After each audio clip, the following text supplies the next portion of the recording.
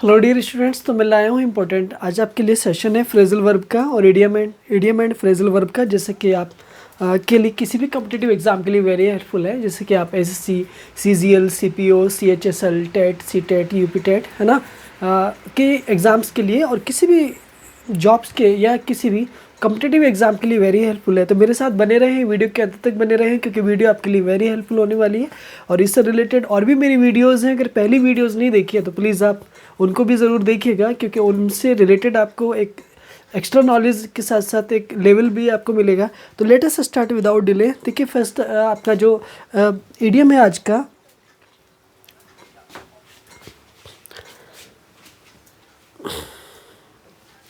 Next पहला word है आपके लिए एट वेरिएंस विद।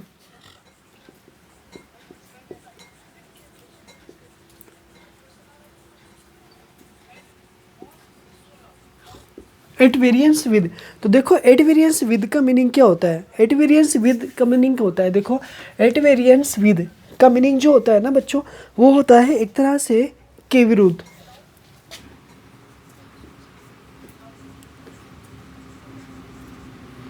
एक तरह से के विरुद्ध होता है। इट मीन्स क्या हुआ कि देखो एट वेरिएंस, वेरी का मतलब क्या होता है, एक तरह से एक थकावट भी होता है, वेरी सावधान भी होता है, वेरी मीन्स बहुत भी होता है, ठीक है। और विद, विद का मतलब साथ में होता है। तो आप जब किसी के साथ होते हो, किसी के जब साथ होते हो ना, तो अक्सर क्या होता है, सामने वाली दो चीज़ होते हैं, दो पक्ष होते हैं किसी भी चीज़ के। तो आप जब किसी के साथ होते हो तो क्या अगेंस्ट होते हो उसके ना, तो और जब अगेंस्ट होते हो तो क्या मतलब उसके विरुद्ध होते हो, के विरुद्ध होते हैं किसी भी चीज़ के ना, ठीक है। नेक्स्ट वर्ड है आपका, नेक्स्ट वर्ड है ए ग्रीन हॉर्न। ए ग्रीन हॉर्न, तो देखो ए ग्रीन हॉर्न का मीनिंग क्या होता है। देखो ए मीन्स, ए ग्रीन मीन्स हरा, हॉर्न मीन्स क्या होता है, एक तो सीइंग होता है और एक क्या होता है हॉर्न मीन्स एक तरह से क्या होता है, साउंड होता है।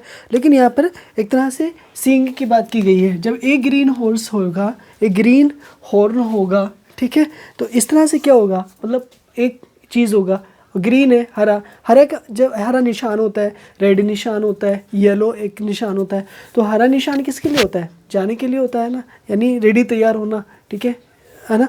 रेड किसके लिए, स्टॉप के लिए होता है, क्लियर है ना, ठीक है। तो यहाँ पर क्या होता है, एक तरह से अनाड़ी व्यक्ति, अनाड़ी। तो देखो अनाड़ी के लिए ना एक इम्पोर्टेंट वर्ड होता है नौसिखिया। मतलब क्या, नौसिखिया, नौसिखिया। तो नौसिखिया के लिए आप और इम्पोर्टेंट कोई और वर्ड लेना चाहते हो तो टायरो ले लो, टायरो है ना, होता है ना टायरो, टायरो भी आपका नौसिखिया होता है। मतलब एक तरह से अनाड़ी व्यक्ति होता है, ओके। या इमेच्योर भी आ जाएगा, क्लियर है ना। नेक्स्ट नंबर थर्ड आपका, नेक्स्ट अब देखिए आपका यहाँ पर a snake in the grass एक वेरी इंपॉर्टेंट है। A snake, a snake in the grass,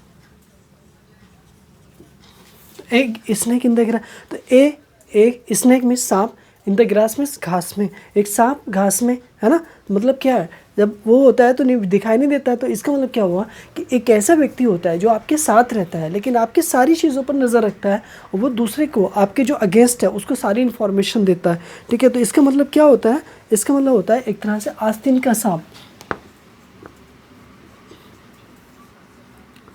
आस्तीन का सांप। और कौन होता है, एक तरह से छिपा शत्रु, छिपा शत्रु एक तरह से, ठीक है। आस्तीन का सांप यानी कि छिपा शत्रु।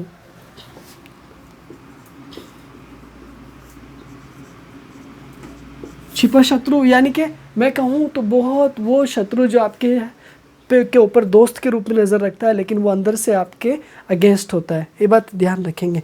ए cock and dull bull story number 4। A cock and bull story, देखो ए कॉक, कॉक का मीनिंग क्या होता है, मुर्गा होता है। एंड बुल स्टोरी का मतलब क्या होता है, बुल समझ रहे होंगे आप, ठीक है। स्टोरी मीन्स क्या होता है, कहानी होता है, ठीक है। तो अब एक मुर्गा बातें करता है कैसी, बुल की बातें करता है, तो मुर्गी को बुल से क्या लेना भाई, ठीक है, और बुल की कहानी पे क्या जाना उसको, ठीक है। तो इसका मतलब क्या हुआ कि मतलब एक ऊट पटांग बातें करना, ऊट पटांग बातें करना,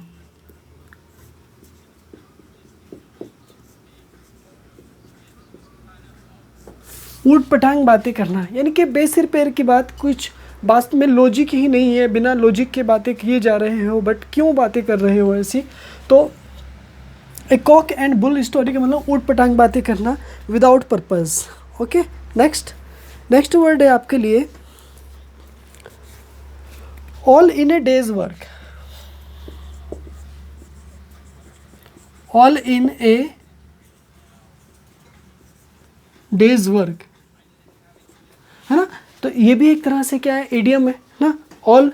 तो ऑल मीन्स सभी, इन ए डेज वर्क मतलब दिन में सारे काम किया, ठीक है। तो इसका मीनिंग एक तरह से क्या हो जाएगा, मतलब ऑल, ऑल का मतलब सारा, सारा का मतलब सभी, ठीक है। तो इसका मीनिंग क्या हो जाएगा, एक तरह से रोज़मर्रा का काम, रोज़मर्रा का काम,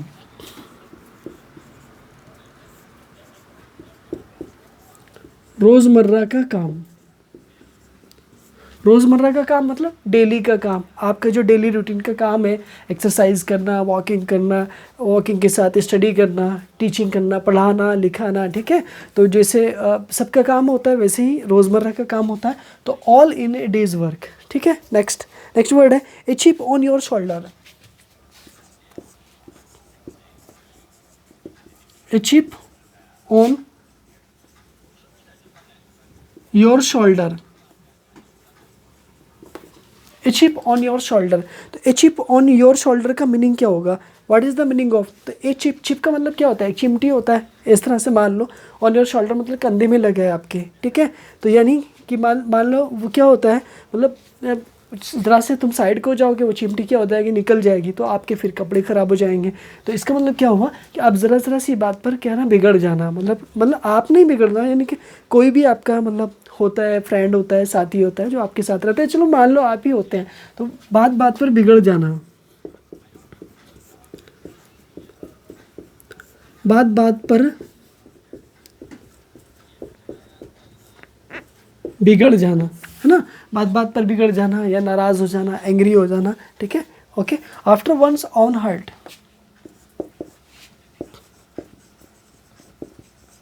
after once, after once on hurt, after one on hurt, ठीक है। इसका मतलब क्या हुआ, इट मीन्स क्या हुआ, ठीक है, ठीक है। After once on hurt, hurt का मतलब क्या होता है, हृदय होता है, ऑन का मतलब अपना खुद का हृदय से काम करना, ठीक है।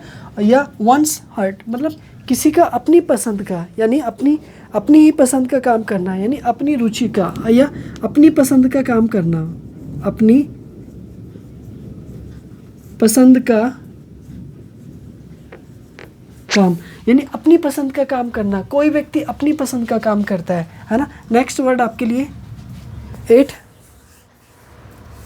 ए penny for your thoughts, a penny, a penny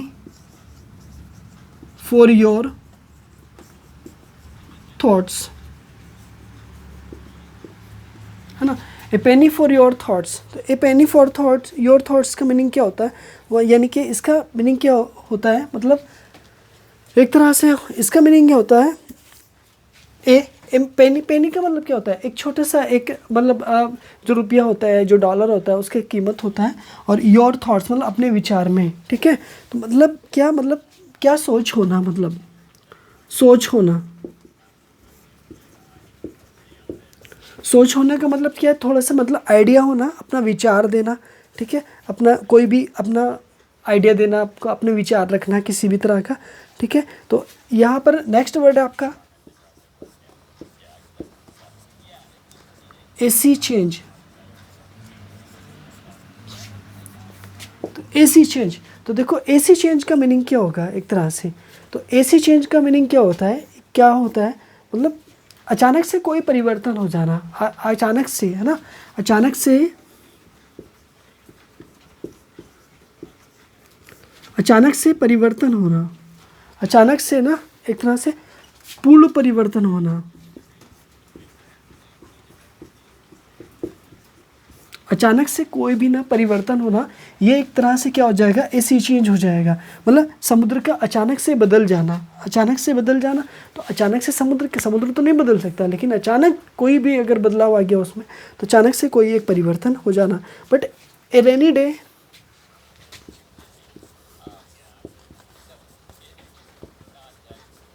A rainy day